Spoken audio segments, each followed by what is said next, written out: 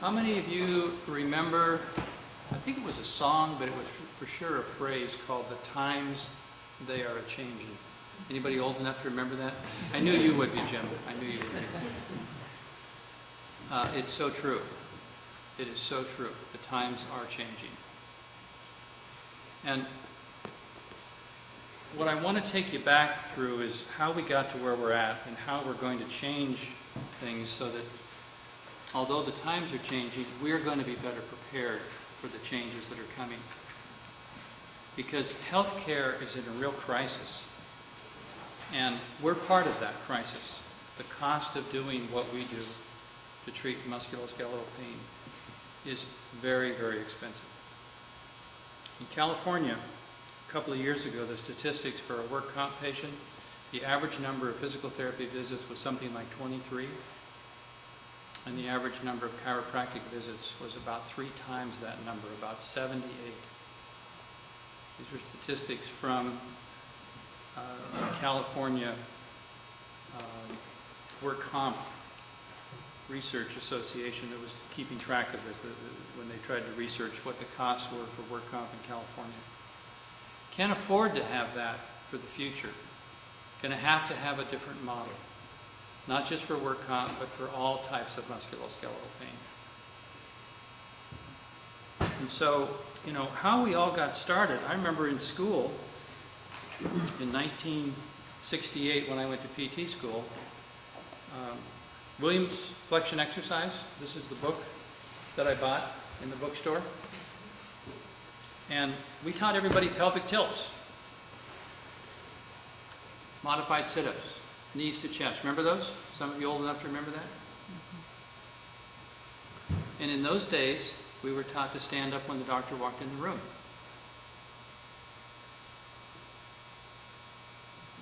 Good morning, doctor. And we were taught that we would always have insurance to pay the bill for the patient. The word cash was never brought up. I don't remember that word ever being used. And as decades have gone by, not a lot has changed. We've gone from flexion to what? Extension. And now we strengthen. Whereas in those days we were doing some strengthening, some stretching. We do now core stabilization. But we are still focused on the area of pain, are we not? We ask the patient, where is the pain?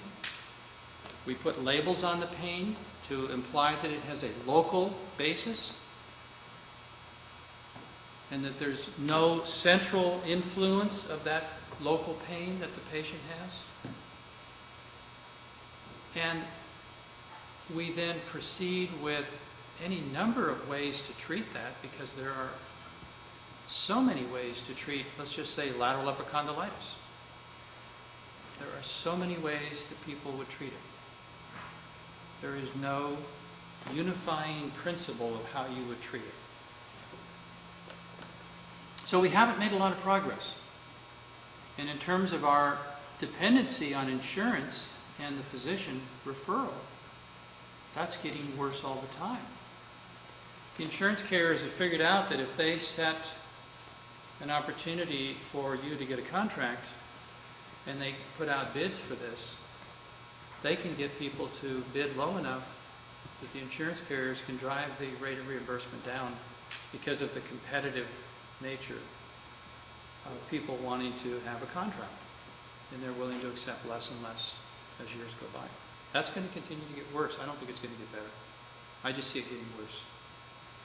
And if you think evidence-based is going to solve that, I don't think so. I think you believe in the tooth fairy.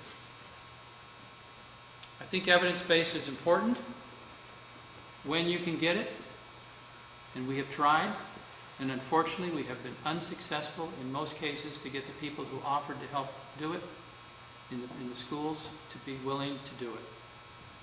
So there's an awful lot of lip service about it, but the people who said they were going to do it have not stepped up to do it. And you usually have to have an academic setting involved to be able to have the validity that you really have true evidence-based research. So where does that leave us? It leaves us with the need to plan for things to get worse instead of better, as far as reimbursement and as far as physician referrals.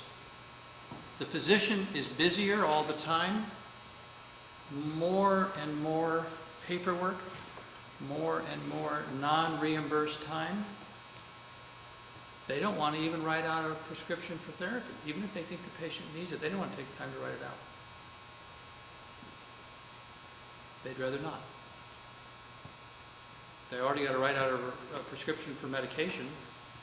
The average number of medications for a patient my age is a half dozen. Mm-hmm. Half dozen. I take none. Somebody's taking mine. And the physician is burned out. The physician is not unlike someone like myself and some of you that have been out a while, where you went into this field with a certain mindset and the rules changed on you. The physician did not have ownership in practices when I was in school. There was no conflict of interest there.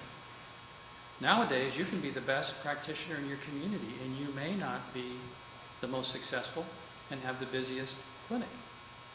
That's not, there's not always that relationship between excellent care and you being the busiest practitioner. It should be, but it's not. And that's because, unfortunately, most of you don't have the skills, the knowledge that you need to have to balance your clinical skills with your business skills. And that's what you need to work on.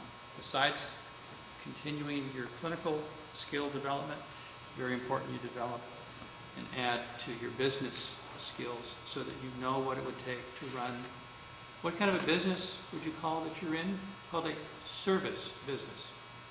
You're in a service business. And you need to know what people that are in service businesses know about how to run their business. And then you will be able to have more control of your destiny. And you need to start thinking in terms of the fact that people will be willing to pay you for results. How many of you know the concept of picking low-hanging fruit? Anybody ever heard that idea? Okay.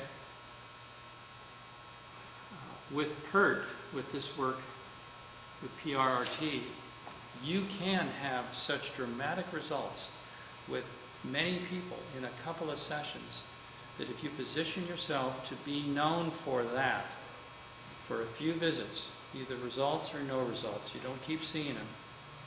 You don't see them 3 times a week for 4 weeks. You can have a very successful practice by having the reputation of seeing people who can respond very quickly, and if they're not responding, then you don't just keep on seeing them. You make recommendations as to what else they need to do. And that's what I mean by the low-hanging fruit, because that's easy to do.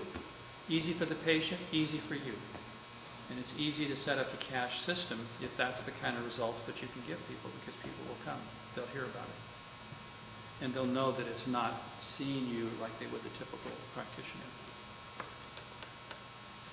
So what I'm going to suggest to you is that you change your thinking, change your focus, change your Pavlovian conditioning that you were conditioned on in school, and put your emphasis on getting results quickly on the greatest number of people and having those people go out and tell other people about what they've experienced. Ask them to write you a testimonial letter. Try to get that before they walk out the door. You can even ask them to record it on a tape recorder and sign a little release indicating that they've agreed to let you use that. That's the easiest way than to have them write it. Just have them do a little audio recording and sign a release. And then send a copy of that after it's been typed up to their doctor, indicating how they felt about the care that they were given. You will be doing something that most other people don't even know how to do. You need to make yourself known in your community for excellence. And excellence in the shortest amount of time. Other people can get the same results, but it will take them longer. Now, in some cases, they won't get the same results, but in some cases, they will. It'll just take them a lot longer.